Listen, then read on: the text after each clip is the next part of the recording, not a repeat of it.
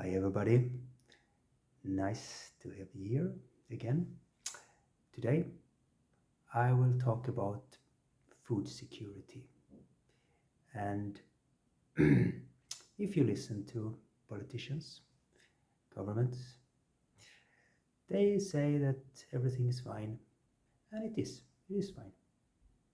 But there are also small pieces when you look to statistic that is a little bit worrisome.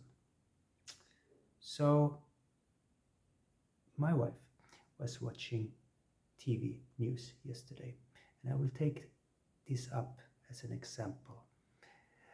And they were talking about a small salmonella outbreak. So they recall all the eggs, and they killed 165,000 chickens, and the reporter said everything is fine, no harm, everything is well, no humans were affected, and no eggs have come out to the market. So don't worry about it, you will be safe. So there are so many things with this little report that is crazily disturbing. So I have 6 of the biggest things with this super small report. First, it's just a short notice to tell everybody you can calm down. Because the truth is, nobody cares. There's no, people are not interested in this. What? Food. I don't care. Just I have my food on my plate, it tastes good, and I'm happy. They have no interest in growing food. So less and less people are in this business. So there is less and less interest in it. And this whole idea that nobody is interested in and know how food are produced and what's happening in the industry, that makes the whole system very fragile. It's also that the farmers don't care. They only care about that this news anchor says that everything is okay, everything is fine, everything is perfect. What they mean is that their business should roll on as usual. They don't want their trademark being destroyed in any way, because they want to continue to sell as many eggs as possible.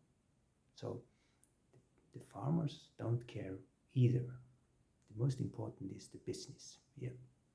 So that's number one. Nobody cares. The next one is, what they were telling is that in this factory, why don't I say farm? Well, this isn't a farm, it's really a factory. That was only one part of this factory that was affected, and that was 165,000 chickens. How do these factories look? It's crazy. You get this is just horrible how we treated animal. This is just out of our control, the modern system of how we create food. And everybody thinks it's okay because we have other things to do. Number 3, 165,000 chicken killed. What? And nobody cares. It's just get rid of a problem, and that's fine. And just kill them and dig them down, and they are gone. And this is how we do it nowadays. We just, don't care. It's just 165,000 chickens. Crazy. It's so hard. It feels in the heart. The fourth one, 165,000 laying hens. Well, that actually means that there is 165,000 less egg in the market every day, because it takes time to breed up new chickens who will lay eggs. So 165,000 less eggs every day. Well, you don't see it on the price, but it's there. It will come, because right now the farmer take the hit, but then he get his insurance money, and the insurance money comes from EU, and you pay it with your tax in the end. So food will be more expensive because of these events. So when you see on the future, look into the future, and EU have made their predictions or their wishes for what they will strive for, and what the goal is for the next 10 years.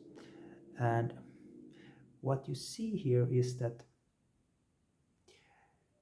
there are less and less farmers. So there is 9.1 million farmers in EU right now. But 33% of these farmers are over 65, and mostly of them are in the East Europe, Hungary and Romania and so on. So these are poor people who very fast and very soon will disappear from the labor force. These have small mixed farms with a lot of different animals, different crops and so on. So they are rather healthy farms, but they are small and they are not productive, and all this will disappear, and instead we will have bigger and bigger farms.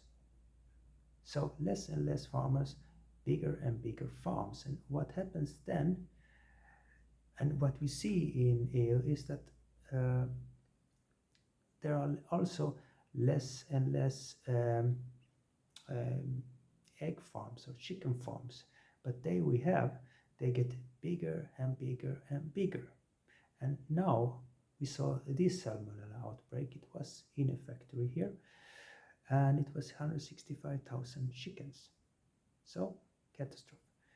But can you imagine if there is only one or very few of these factories that are gigantic, and something breaks out in these fires, accidents, diseases and so on, then the system will be much more sensitive to things, because if we have 9.1 million farms and everybody have 10 chickens, doesn't matter for Swedish people if some of these farms have salmonella down in Spain or in Greece.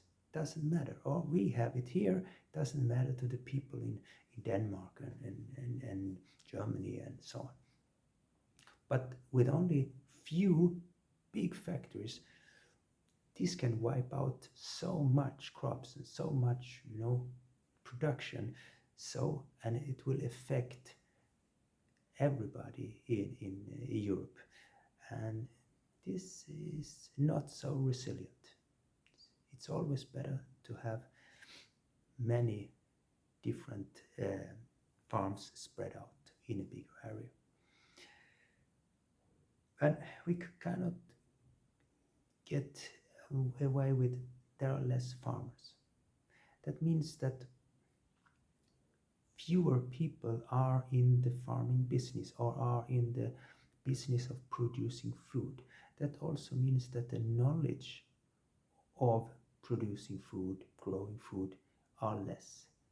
It also means that the awareness, because not so many people are involved in it, goes down. So when something happens, there are less people who know what to do about it. There are less people who know what is going on and how it should be done. So if something happened, there's not enough people who know how to fix or fix the problem. And it's so little people, so they cannot do so much noise. So there are other things for politicians and governments and countries to talk about and think about. Because if it's so little people, it's, you know, it's very hard to be heard. Even though it's this such an important area as food support. So also this makes the resilience of our food chain smaller, yes? So we, just in this little case here with this chicken farm and salmonella and so on, we can see here that it's at the same time our farming industry are becoming more structured and more effective. There are also things that you cannot take it too far, because then it will very, very easily collapse.